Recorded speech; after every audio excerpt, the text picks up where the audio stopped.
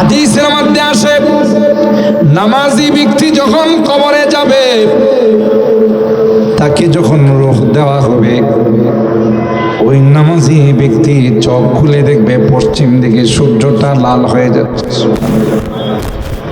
মুনকার নাকির এসে বলবে, ভাই আপনি বর্ডার ক্রস করছেন, আমরা ইমিগ্রেশনের পুলিশ, আপনার সঙ্গে কিছু কথা আছে।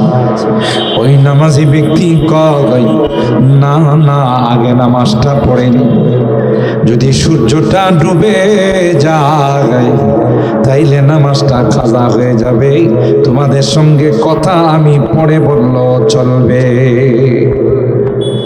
বারবার মুনকার নাকির বলবে, না না, আগে কথা বলেন পরে নামাজ। ওই দেখেন না সূর্যটা লাল হয়ে যাচ্ছে। সুবহানাল্লাহ। বারবার বলার পর বুখারী শরীফের মধ্যে আসে, মুনকার নাকির বলবে, ভাই যেই জগতে থাকলে নামাজ পড়া লাগে তুমি সেই জগতে নাই। আল্লাহ। হাদিসের মধ্যে আসে আল্লাহর ওলিরা, নেককার বান্দা যারা হয়, তাদের রূহটা যখন নিয়ে যায়, ওই রূহটা নেওয়ার সময় পিপিলিকা কামড় দিলে যে পরিমাণ ব্যথা হয় তার চেয়েও কম ব্যথা পায়।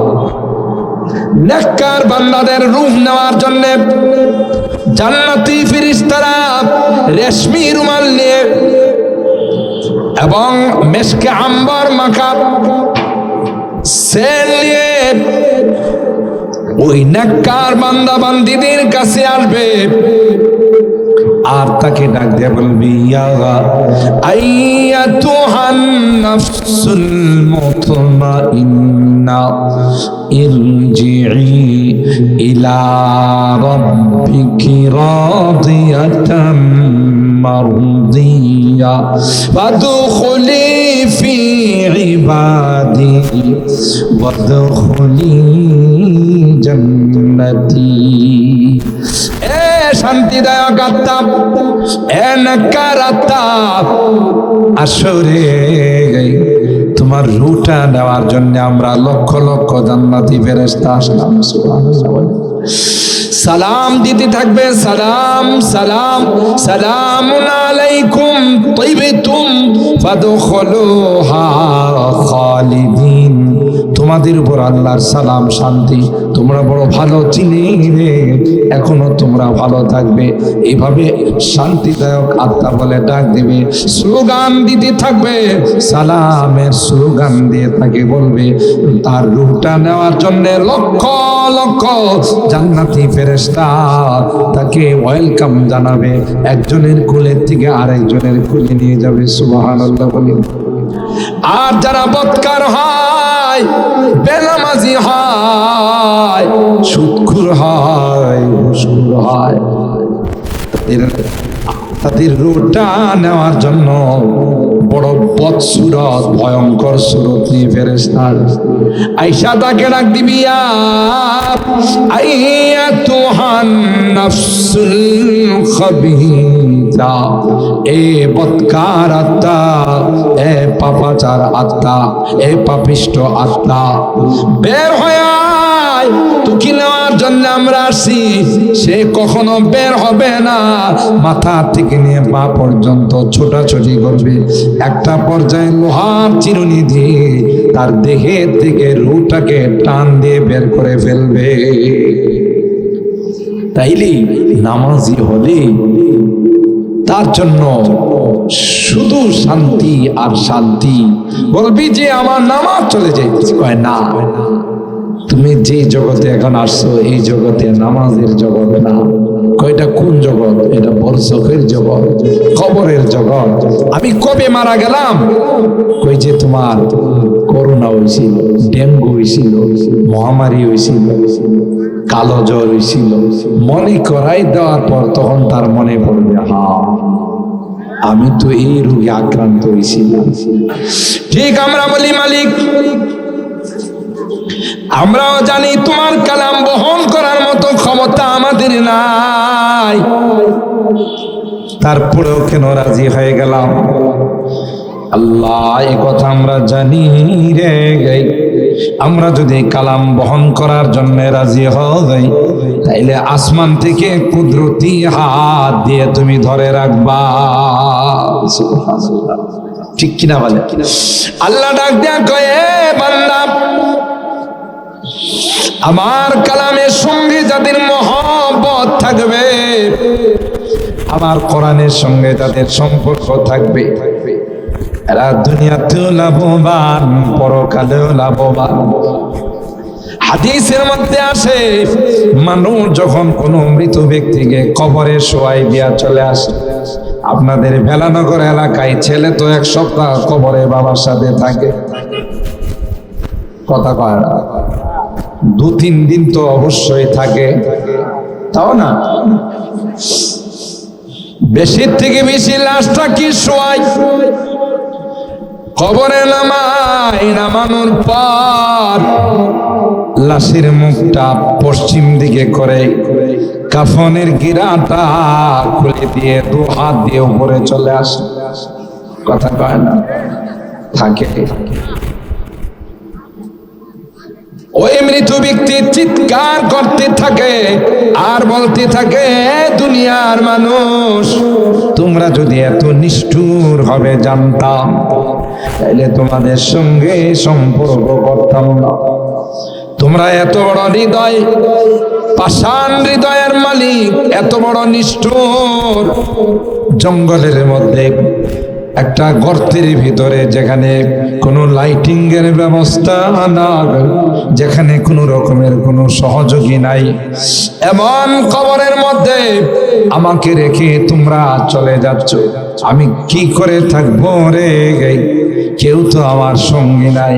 আল্লাহর কসম, পয়গম্বর বলেন, যারা কোরআনকে মহব্বত করছে, কোরআনের পাখিদেরকে যারা ভালোবাসছে, যেমন আপনারা নরসিংদীর মানুষ, খুব ব্যস্ত মানুষ, ব্যবসায়িক মানুষ, চাকরিজীবী মানুষ, শিক্ষিত মানুষ, সারাদিন অফিসিয়াল ডিউটি করার পর, সারাদিন দোকানে কাজ করার পর, কোরআনের মহব্বত আর ভালোবাসা নিয়ে যারা আজকের মাহফিলে হাফেজে কোরআনদেরকে পাগড়ি দেওয়া হবে, উৎসাহ নিয়ে মাহফিলে উপস্থিত হয়ে গেছে, আল্লাহর কসম, পয়গম্বর কয়, পৃথিবীর মানুষ যখন একা একই কবরে শোয়াই দিয়া সবাই যখন চলে আসবে, আল্লাহ পাক রব্বুল আলামিন ওই কোরআনে কারীমকে বন্ধু বানায়া মাথার উপর বসাই দিবে। আজকে এই মাহফিলের মধ্যে তাদের মাথায় পাগড়ি পরিয়ে দাও, আলহামদুলিল্লাহ। ভেলানগরবাসী খুশি না বেজার? জোরে কান। কেন খুশি বলুন তো? কারণ এই হাফেজে কোরআনরাই আমাদের বিপদের দিনের বন্ধু। নেতা খেতা যাই বলেন, আপনজন, ছেলে মেয়ে, স্ত্রী, পরিবার পরিজন, কেউ বিপদের সময় কাজে লাগবে না। কোরআনে আল্লাহ বলেন, ইয়াউমা ইয়াফিরুল মারউ মিন আখিহি ওয়া উম্মিহি ওয়া আবিহি ওয়া সাহিবাতিহি ওয়া বানি লিকুল্লি ইমরিইম মিনহুম ইয়াউমা ইযিন শা'নুন ইউগনি। সন্তান পলায়ন করবে, বাবাকে পরিচয় দিবে না, বাবাকে বাবা বলে স্বীকার করবে না, প্রিয়তমা স্ত্রী স্বামী বলে স্বীকার করবে না। যারা আমার অন্তরঙ্গ বন্ধু ছিল, এরাও কেউ পাশে থাকবে না। একমাত্র কেবলমাত্র হাফেজে কোরআন। এই বাচ্চারা, বাবুরা, তোমরা চুপচাপ থাকতে হবে, কথা বললে হবে না। ইয়া আল্লাহ, তোমাদের মাহফিল, তোমরা যদি কথা বলো তো অন্যরা কি করবে? কেউ কথা বলবে না। হাফেজে কোরআন যারা হাদিসে পাকের মধ্যে আসে, আল্লাহ পাক হাফেজে কোরআনকে ডেকে বলবেন, ইকরা ওয়ারতাকি ওয়ারাত্তিল কামা কুনতা তুরাত্তিলু ফিদ দুনিয়া ফা ইন্না মানজিলাকা ইনদা আখিরি আয়াতিন তাকরাউহা। বলবে, হাফেজ, তুমি তো গোটা বিশ্বকে তাক লাগায়া 150, 200, 300 রাষ্ট্রকে পিছনে ফেলে 1 নাম্বার স্থান অধিকার করে বাংলাদেশের লাল সবুজের পতাকা পৃথিবীর মধ্যে উড্ডীন করেছিলে, কিন্তু তোমার দেশ তোমাকে সেইভাবে মূল্যায়ন করতে জানে নাই। সরকারি কোনো উপরস্থ কর্মকর্তা যায় না এয়ারপোর্টে তোমাকে অভ্যর্থনা দেওয়ার জন্য। 3য় শ্রেণীর কর্মকর্তা কেউ গেছে, তাও লাখ 2 টাকা দিয়ে ওনাকে পাঠাইছে। অথচ রাষ্ট্রীয়ভাবে ঘোষণা থাকে, যদি কোনো ক্রিকেটার, কোনো ফুটবলার ফাইনাল নয়, সেমিফাইনালের বারান্দায় যাইতে পারে, তাইলে গুলশানে 2 কাটার বাড়ি দেওয়া হবে। থাকে না? একটা খেলার জন্যে 2 কাটা বাড়ির ডিক্লার দেওয়া হয়, এলান আর ঘোষণা দেওয়া হয়। আমার দেশের খেলোয়াড়রা থাকলে কেউ রাগ করবে না।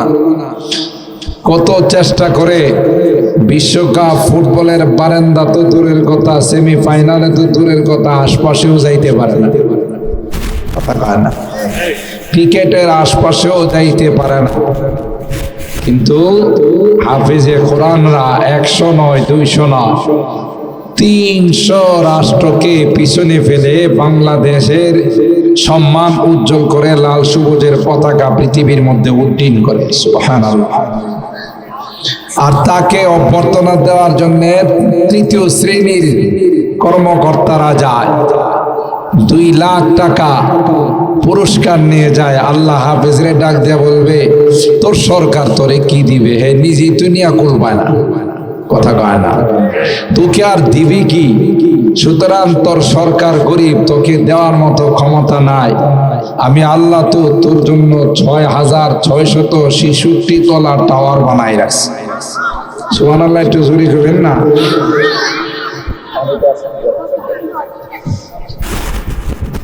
আমি আল্লাহ 6666 তলা টাওয়ার তোমার জন্য রেডি করে রাখছি। তুমি আসবা, এক একটা আয়াত তিলাওয়াত করবা আর উপরের দিকে চলতে থাকবা। সুবহানাল্লাহ। আল্লাহ, ইকরা ওয়ারতাকি ওয়ারাত্তিল কামা কুনতা তুরাত্তিলু ফিদ দুনিয়া। পড়ো এবং তারতিলের সাথে সুন্দর করে পড়ো, এক একটা আয়াত পড়ো, এক এক তলার দিকে চলতে থাকো, উপরের দিকে চড়তে থাকো। হাফেজে কোরআন কি বলবে জানেন? আল্লাহ, আমি এত নিমক খারাপ নয়। ভেলানগরের মানুষ আমাদের বড় হুজুর সালাউদ্দিন সাহেবের কাছে আসতো, অনেকেই আগ্রহ নিয়ে জিজ্ঞাসা করত, হুজুর আপনার এখানে এমন কোনো হাফেজে কোরআন আছে কিনা? বাবা নাই, এতিম অথবা অসহায় গরিব, আমারে যদি একটু সুযোগ দিতেন আমি তার লেখাপড়ার খরচটা বহন করব। সুবহানাল্লাহ। এরকম বহু মানুষ আমাদের মাদ্রাসায় এসে আমাদের খোঁজখবর নিত, সুখে দুঃখে আমাদের সঙ্গে শেয়ার করত। আজকে এমন অনেক মানুষকে বাম কাতারে দেখা যায়, মানে জাহান্নামের লাইনে। আল্লাহ পাক বলবেন, হাফেজ তুমি তোমার লাইনে, তুমি তোমার কোরআন তেলাওয়াত করো আর তোমার অট্টালিকায় তুমি চড়তে থাকো। হাফেজ বলবেন, না আল্লাহ, আমি এত নিমক হারাম হয় নাই যে এই এলাকার মানুষকে রাইখা আমি জান্নাতে যাব। সুবহানাল্লাহ। এই জন্যে আল্লাহ পাক এই কোরআন সম্পর্কে সূরাতুল হিজরের 9 নম্বর আয়াতে ইরশাদ করেন যে কোরআন আমি নাজিল করেছি। কোরআনের সংরক্ষণের দায়িত্ব কে নিছেন? আল্লাহ বলেন, ইন্না নাহনু নাযালনা যিকরা ওয়া ইন্না লাহু লাহাফিজুন। আল্লাহ বলেন, পৃথিবীর মানুষেরা কোরআনে কারীমকে আমি আল্লাহ নাজিল করেছি, কোরআনের সংরক্ষণের দায়িত্ব আমি আল্লাহ নিলাম। আমার ভাইরা, গোটা বিশ্বে তালাশ করে একজন তাওরাতের হাফেজ খুঁজে পাওয়া যাবে না। আছে? বাইবেলের কোনো হাফিজ নাই, তাওরাতের কোনো হাফিজ নাই, আসমানি কোনো কিতাবের হাফিজ নাই। কেন? আল্লাহ পাক ওই সকল আসমানি কিতাবের সংরক্ষণের দায়িত্ব নেন নাই। কোরআনে কারীম, আল্লাহ বলেন কোরআনে কারীম আমি নাযিল করেছি, কোরআনের সংরক্ষণের দায়িত্ব আমি আল্লাহ নিলাম। এই জন্য একজন নয়, দুইজন নয়, কোটি কোটি হাজার কোটি হাফেজ পৃথিবীর মধ্যে আল্লাহ বানাইয়া ছেড়ে দিয়েছেন। আপনারা আজকের পাগড়ি অনুষ্ঠানেও দেখবেন, আমার হাতে 6 বছরের বাচ্চাকে পাগড়ি দিয়েছি। 6 বছর বয়সে 30 পারা কোরআনের হাফেজ। সুবহানাল্লাহ করেন। এটা কি হাফেজ হওয়ার বয়স না ল্যাংটা সার বয়স? কথা বল, এই বয়সে কি গায়ে কাপড় চোপড় থাকে না, ল্যাংটাসা হয়ে বেড়ায় থাকে না গায়ে? আর এমন বয়সে আল্লাহ 30 পারা কোরআনের হাফেজ বানাই দিয়েছে। আল্লাহু আকবার। কে বানাইছে? ওয়ালাকাদ ইয়াসসারনাল কুরআনা লিযিকরি ফাহাল মিন মুদ্দাকির। আল্লাহ ডাক দেয়া কই, কোরআনকে আমি আল্লাহ সহজ করে দিয়েছি, কোরআনকে আমি আল্লাহ আসান করে দিয়েছি। এ ভাই, কাতার ইন্টারন্যাশনাল এই মাদ্রাসা সহ অনেক হিফজখানা আছে বাংলাদেশের মধ্যে। ওই হিফজখানার মধ্যে আল্লাহ পাকের এমনও বান্দা আছে, এমনও হাফেজে কোরআন আছে, কোরআনের পাখিরা আছে, যারা এক বৈঠকে আধা পারা সবক শোনায়। আধা পারা মানে 10 পৃষ্ঠা। অথচ আমরা স্কুলে পড়ার সময় দেখা গেছে যে একটা কবিতা মুখস্থ করতে আমাদের 2 দিন লাগছে। কথা বলেন। আর 10 পৃষ্ঠা আধা পারা সবক শোনাইতে পারে এমন মেমোরি, এমন জেহেন জাকাত আল্লাহ এই কোরআনের পাখিদেরকে দিয়েছেন। কে দিয়েছেন? এই কোরআনের সংরক্ষণের দায়িত্ব কে নিয়েছেন? এই জন্য আল্লাহ তাআলা কসম করে কোরআন সম্পর্কে সূরা আল ওয়াকিয়ার যে আয়াতগুলো তেলাওয়াত করেছেন, 75 নম্বর আয়াত থেকে নিয়ে 80 নম্বর আয়াত, ছোট্ট ছোট্ট এই আয়াতগুলো আমি তেলাওয়াত করেছি। এই আয়াতে কোরআনে কারীমের মর্যাদা সম্পর্কে আল্লাহ আলোচনা করেছেন। সুবহানাল্লাহ। ফালা উকসিমু বিমাওয়াকিন নুজুম ওয়া ইন্নাহু লাকাসামুন লাউ তা'লামুনা আযীম ইন্নাহু লাকুরআনুন কারীম ফি কিতাবিন মাকনুন লা ইয়ামাসসুহু ইল্লাল মুতাহহারুন তানজিলুম মির রাব্বিল আলামিন। ফালা উকসিমু, আল্লাহ কেন অতিরিক্ত, উকসিমু বিমাওয়াকিন নুজুম। আল্লাহ বলেন যে সকল জায়গা দিয়ে তারকারা যেগুলো উদিত হয় সেই জায়গার কসম।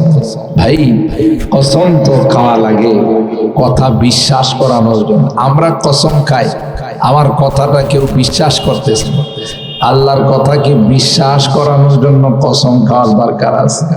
তিনি যেমন মহান, তার কালামও সেরকম মহান। সুতরাং আল্লাহ পাকের কথাকে বিশ্বাস দেওয়ার জন্য কোনো কসম খাওয়ার দরকার নেই। অর্থাৎ কসম খেয়ে আল্লাহ, সামনের যে কথাটা আসছে এটা অত্যন্ত গুরুত্বপূর্ণ একটি কথা, অত্যন্ত দামি একটি কথা, এদিকে ইঙ্গিত করার জন্য আল্লাহ রাব্বুল আলামিন কসম খাচ্ছেন। ইন্নাহু লাকুরআনুন কারীম। আল্লাহ বলেন দেখো এই কোরআন বড় সম্মানিত কোরআন। সুবহানাল্লাহ বলেন। কার কালাম?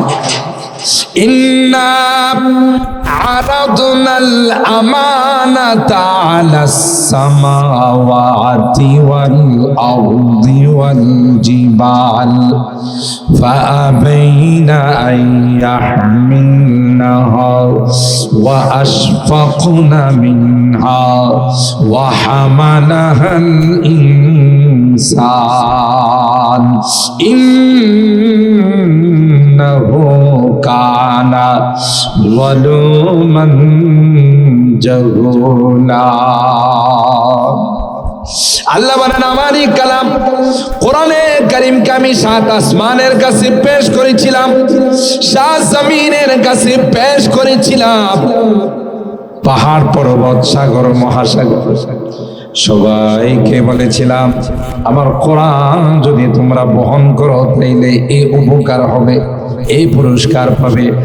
আর যদি কালামের সঙ্গে কোনো বেয়াদবি হয়ে যায়, কালামের সঙ্গে যদি ঠিকমতো আচরণ করতে না পারো, কালামের আজমত আর শান যদি রক্ষা করতে না পারো, তাইলে কিন্তু কঠিন শাস্তির ব্যবস্থা আছে। আসমান স্বীকার করে নাই, জমিন স্বীকার করে নাই, পাহাড় পর্বত রাজি হয় নাই, সাগর মহাসাগর রাজি হয় নাই। 3.5 হাত বডির মালিক মানব জাতিকে আল্লাহ ডাক দেয়া কয় তোমরা আমার কালাম বহন করো, যদি বহন করো রে তাইলে আমি এইভাবে তোমাদেরকে পুরস্কৃত করব। আর যদি ঠিকমতো তার উপর আমল করতে না পারো তাইলে কিন্তু তোমাদের কঠিন শাস্তি হবে। আল্লাহ ডাক দিয়া কয় বলতে দেরি হয়, ইনসান আর মানুষ কালামকে বহন করতে দেরি হয় নাই। ওয়াহামালাহাল ইনসান, বলুন তো দেখি সাত আসমান থেকে কি আমরা শক্তিশালী? সাত জমিন থেকে, সাগর মহাসাগর থেকে, পাহাড় পর্বত থেকে আমাদের বডি হলো 3.5 হাত, ধাক্কা দিলে মক্কায় যায় এমন আমাদের দুর্বল বডি। আসমান রাজি হয় নাই, জমিন রাজি হয় নাই, সাগর মহাসাগর রাজি হয় নাই, আমরা কেন রাজি হয়ে গেলাম? এই জন্য আল্লাহ আমাদেরকে মহব্বতের 2টা গালি দিছে।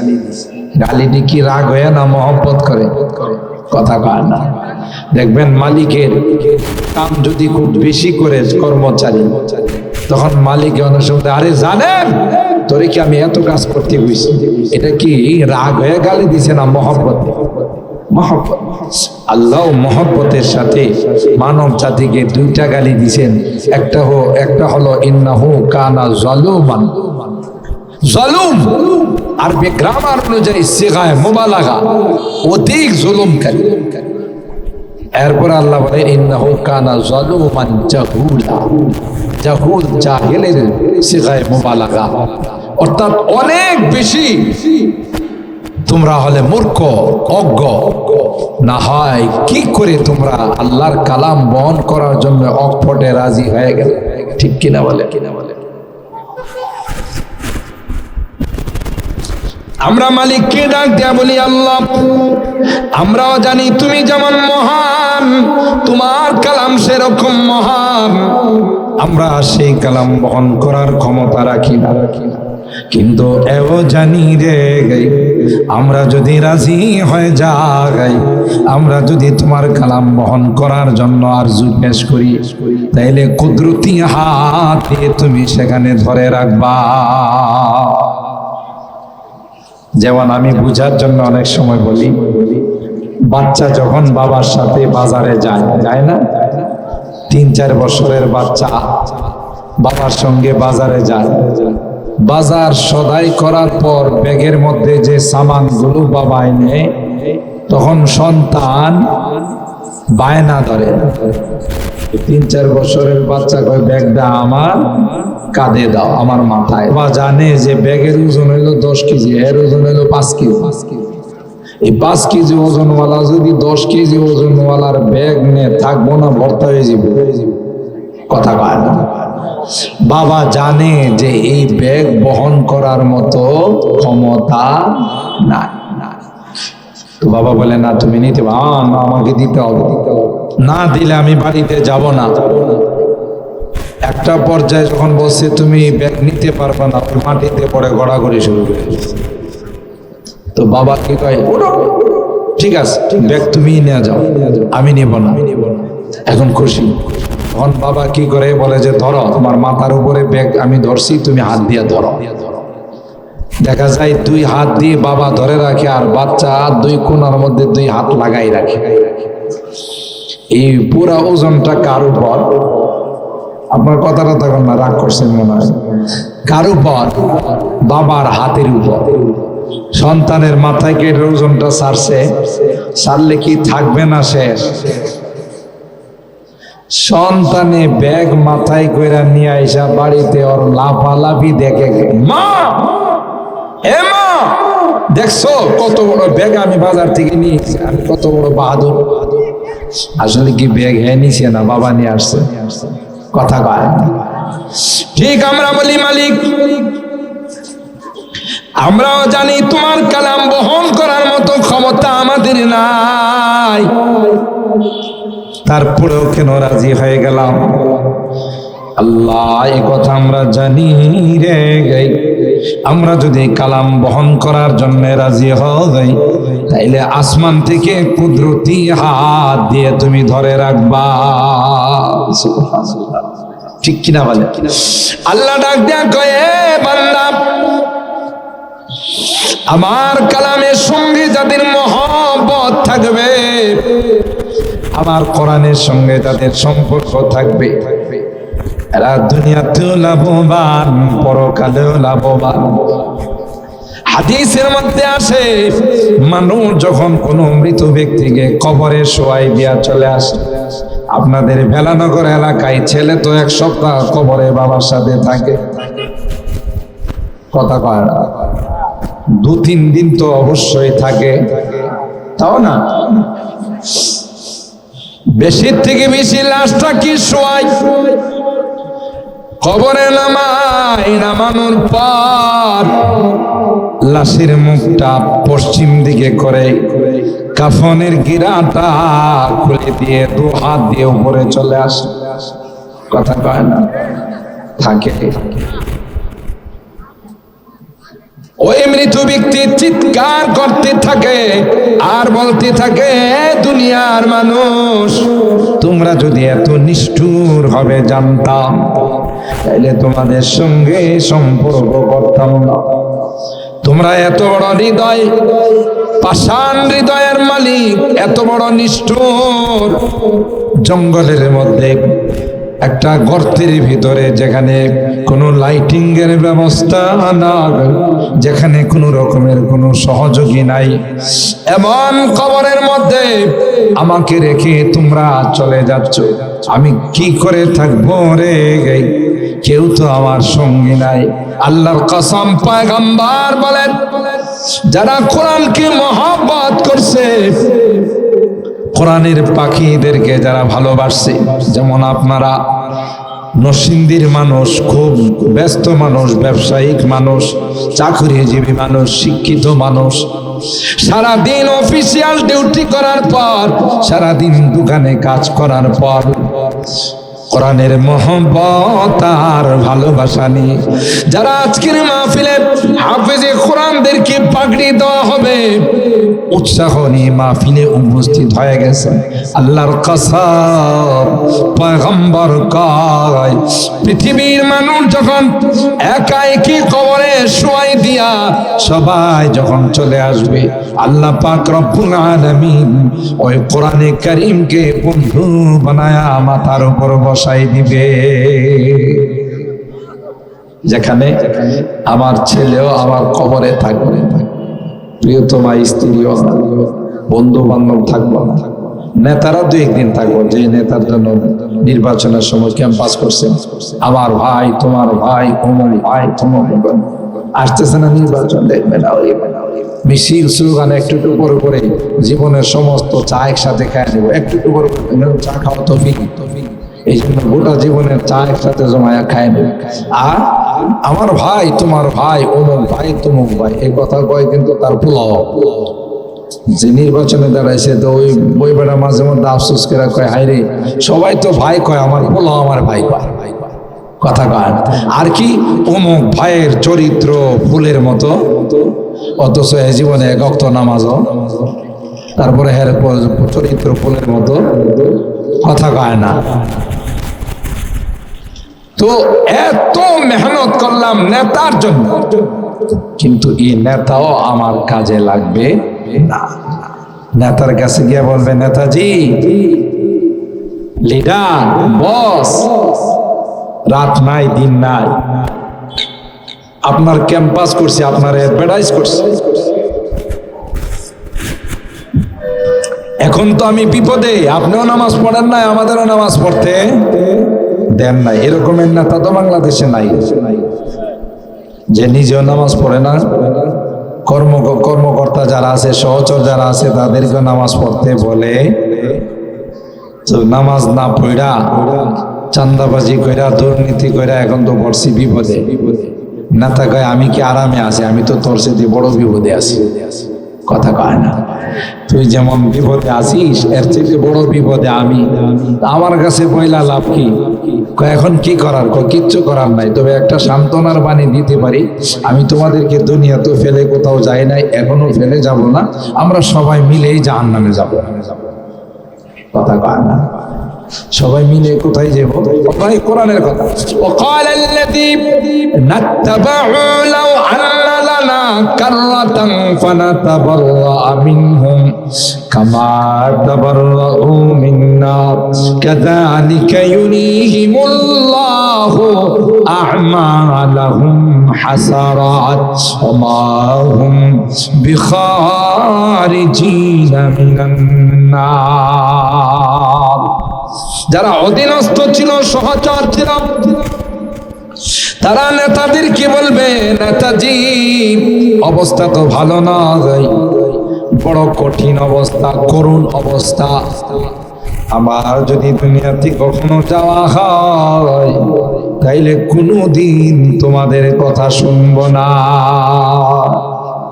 কিন্তু দুনিয়াতে আসার কি আর সুযোগ আছে? শুধরানোর মতো কোন সুযোগ আছে? কেউ কাজে লাগে একমাত্র কেবলমাত্র এ কোরআনের মোহব্বত আমার আপনার কাজে লাগবে। আল্লাহর হাবিব বলেন, কোরআনে কারীমকে আল্লাহ পাক রব্বুল আলামিন বন্ধু বানাইয়া মাথার উপর বসাই দিবে। সুবহানাল্লাহ বলে বন্ধু বানায়া বসাই দিবে। কোরআন ডাক দিয়া বলবে, দোস্ত রে আমাকে তুমি চিনো কিনা?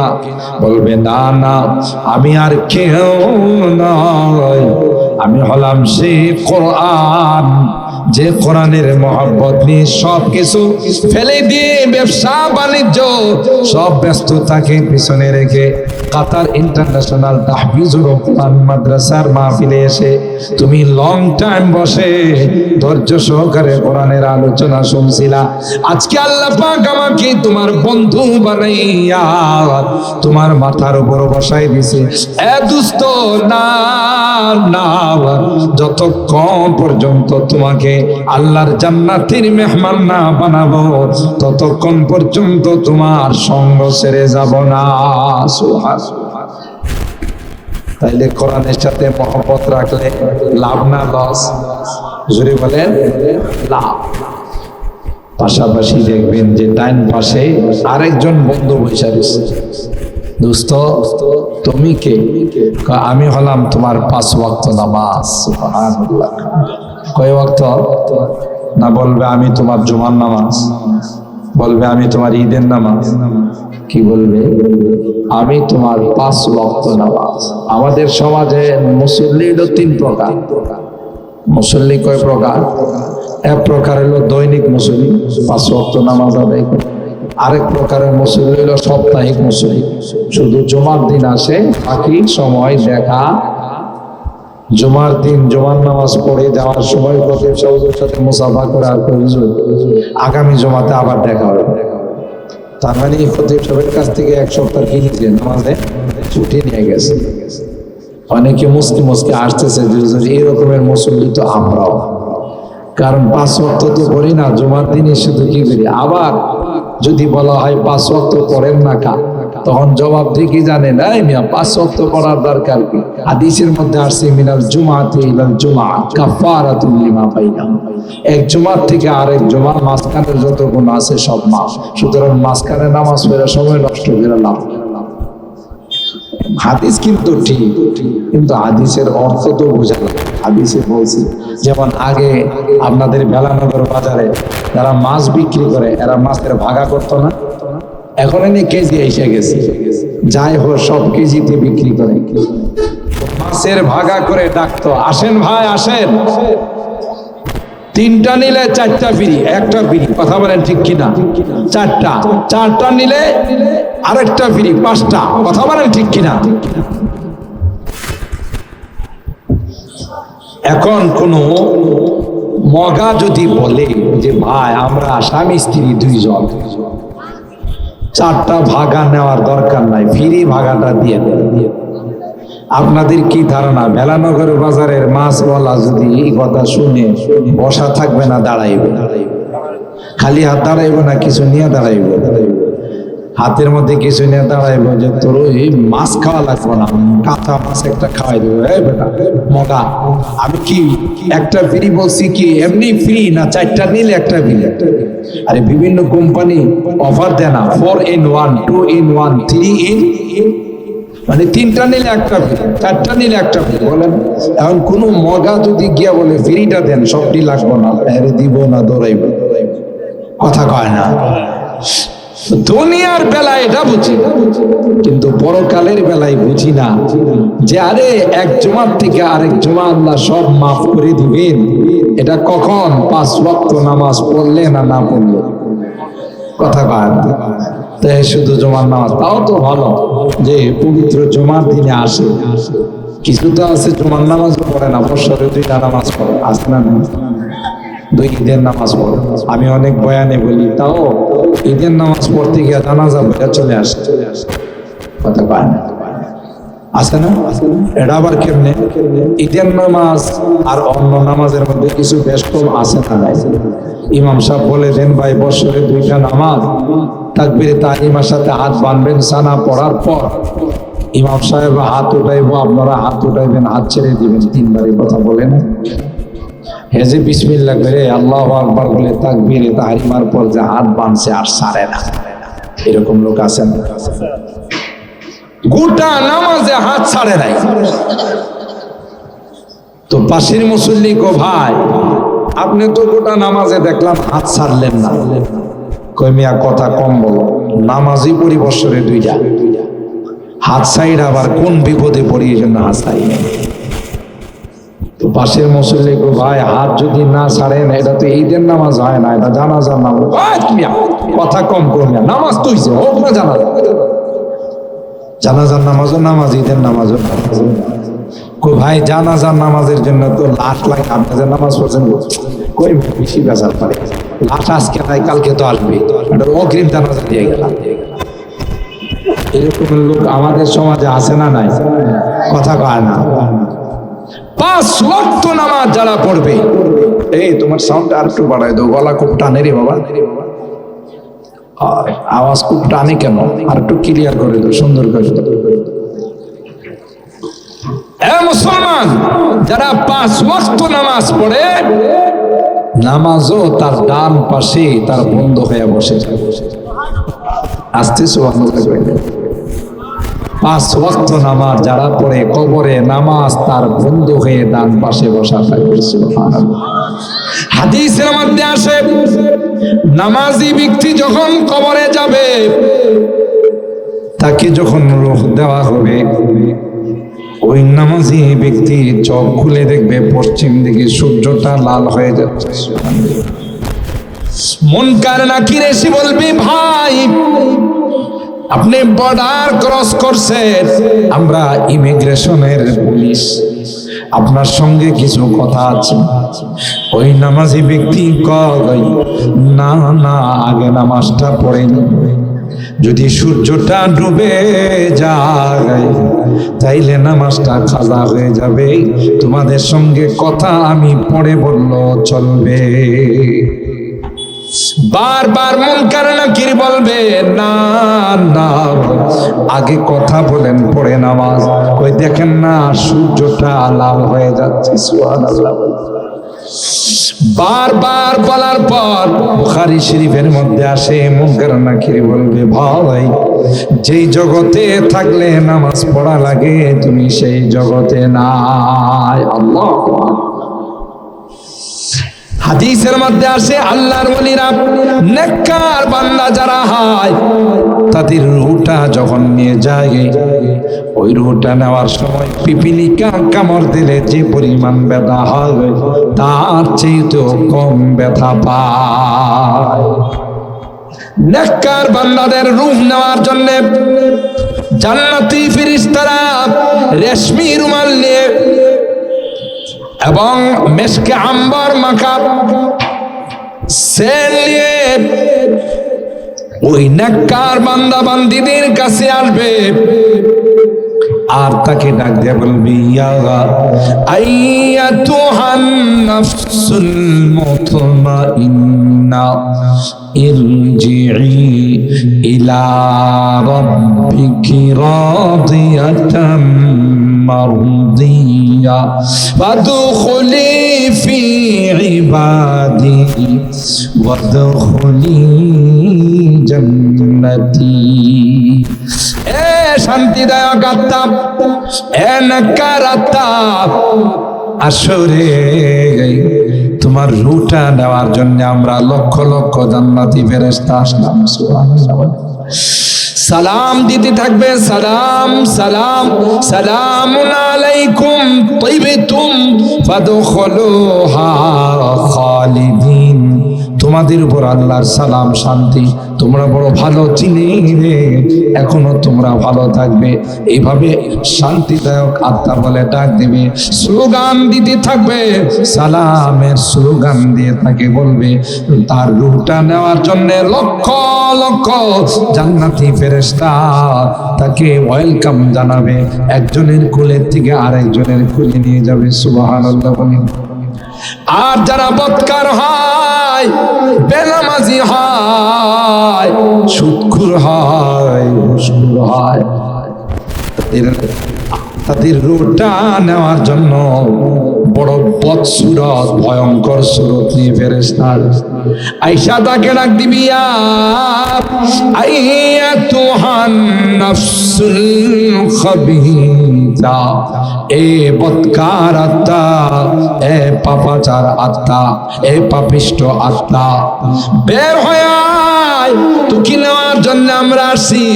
সে কখনো বের হবে না, মাথা থেকে নিয়ে পা পর্যন্ত ছোটাছুটি করবে, একটা পর্যায়ে লোহার চিরুনি দিয়ে তার দেহের থেকে রূহটাকে টান দিয়ে বের করে ফেলবে। তাইলে নামাজি হলে তার জন্য শুধু শান্তি আর শান্তি। বলবি যে আমার নামাজ চলে যাইতেছে, কয় না, তুমি যে জগতে এখন আসছো এই জগতে নামাজের জগৎ না।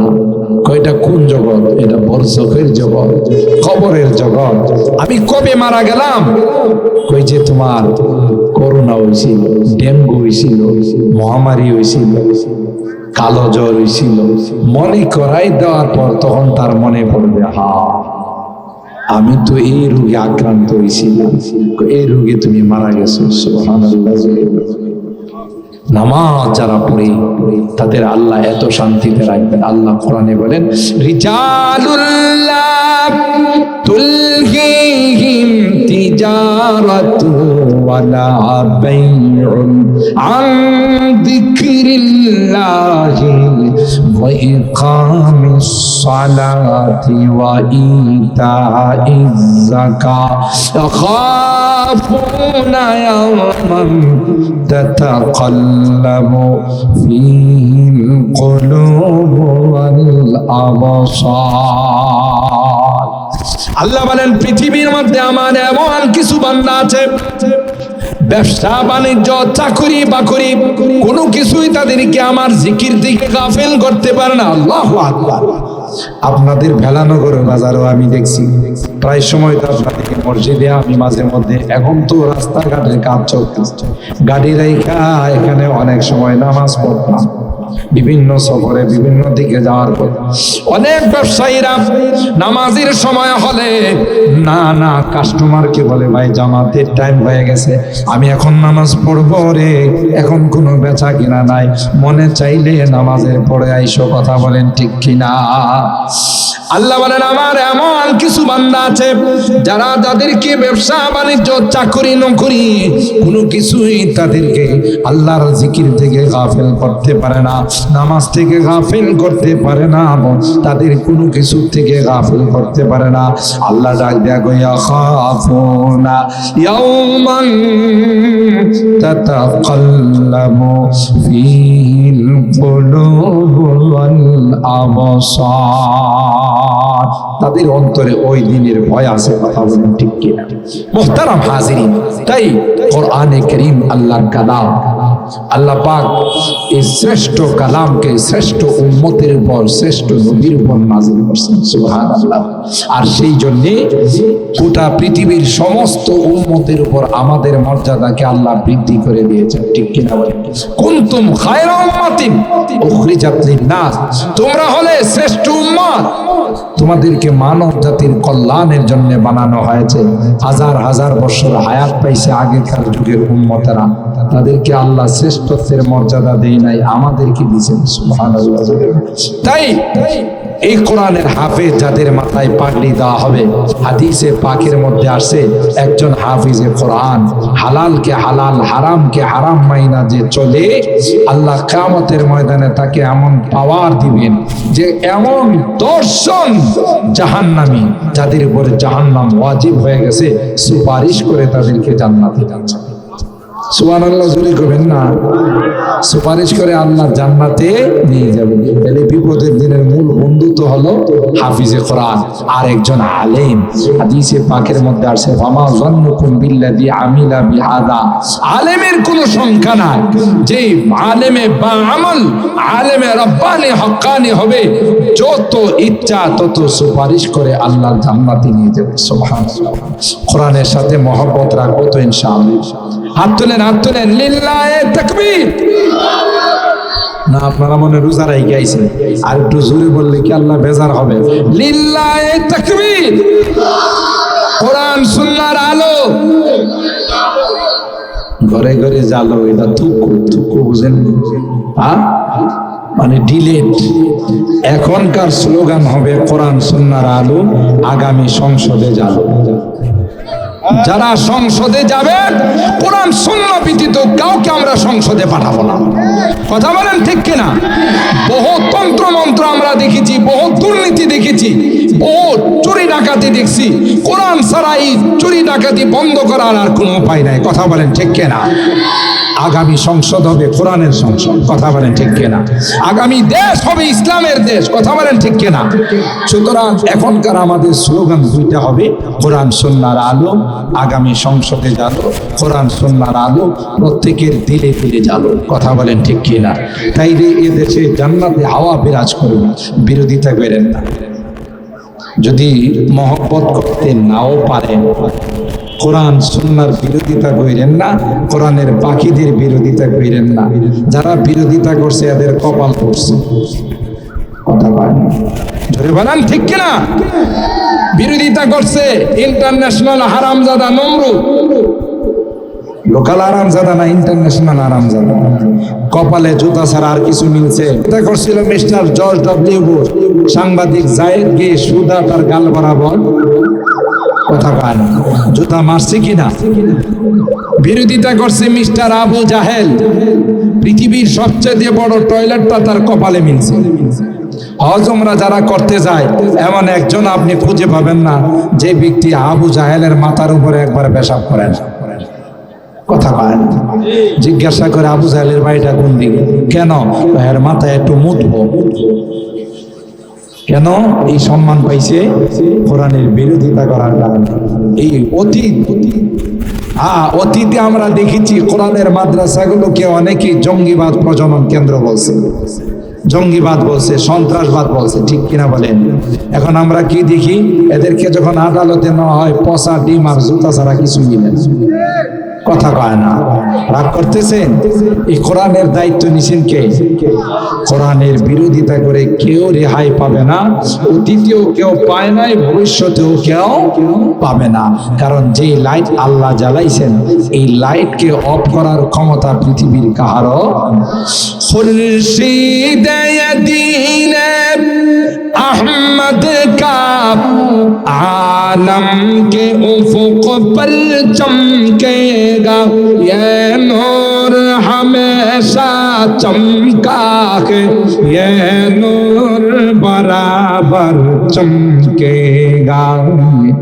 इल्म हुनर का गेवारा तारीख से पारा है, हर निहायक सोना है, हर सर्व यहाँ मीनारा है। खुद साक़ी कौसर ने राखी, मैं खाने की बुनियाद বুঝতে হবে এই কোরআনের মাদ্রাসাগুলো যেনতেন কারো হাতে নয়, সরকারি দু আলম নবীর হাত মোবারকের দ্বারা এগুলোর ভিত্তি স্থাপন করা হচ্ছে। সুতরাং ষড়যন্ত্র করে কেউ এই কোরআনের লাইভ অফ করতে পারবে না। যারা অফ করতে আসবে তারাই অফ হয়ে যাবে। কথা বলে না, যারা পক্ষে থাকবে ওরাই লাভবান। বেলাল হাবশি গোলাম, আবিসিনিয়া থেকে আসছে কালো গোলাম, কোরআনের পক্ষে থাকার কারণে এই রজব মাসের আল্লাহ মেরাজ শরীফে গিয়ে বেলাল হাবশির পায়ের আওয়াজ জান্নাতে শুনছে। সুবহানাল্লাহ, কি মর্যাদা!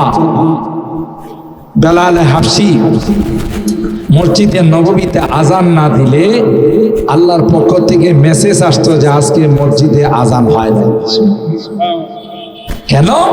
এতটাই পাওয়ার ছিল তার আজানে। জমিনের মধ্যে আজান দিলে এই আজান আল্লাহর আরশের মধ্যে যায় ধাক্কা লাগাইত। সুবহানাল্লাহ। বলুন তো দেখি এই মর্যাদা আল্লাহ কি জন্য দিয়েছেন? কোরআনের জন্য। সুতরাং কোরআনের সাথে যারা মহব্বত রাখবে তারা দুনিয়াতেও সফল, পরকালেও সফল। কোনো কারণে জাহান্নামের সিদ্ধান্ত হয়ে গেলে এই কোরআনের পাখিরা সুপারিশ করে আল্লাহর জান্নাত পাবে। সুবহানাল্লাহ বলেন। তাইলে যতদিন বেঁচে থাকবো আমরা কোরআনের পাখিদের সঙ্গে আলিম ওলামাদের সাথে, নাইবে রাসূলদের সাথে, ওয়ারাসাতুল আম্বিয়াদের সাথে সম্পর্ক রাখবো ইনশাআল্লাহ। বলেন সকলে ইনশাআল্লাহ। আপনাদের জন্য কাতার ইন্টারন্যাশনাল তাহফিজুল কোরআন মাদ্রাসা, এটা অনেক বড় একটা নিয়ামত। ভেলানগর বাস স্ট্যান্ডের মধ্যে এই মাদ্রাসা আল্লাহ করাই দিয়েছেন। অত্যন্ত আন্তর্জাতিক মানের এখানে বিজ্ঞ শিক্ষক মন্ডলীর দ্বারা, প্রাজ্ঞ শিক্ষক মন্ডলীর দ্বারা অত্যন্ত যত্ন সহকারে মাদ্রাসার তালিব ইলমদেরকে কোরআন শিক্ষা দেওয়া হয়। এক একজনের তিলাওয়াত শুনলে আপনারা অবাক হয়ে যাবেন। আন্তর্জাতিক মানের তিলাওয়াত এখানে শেখানো হয়।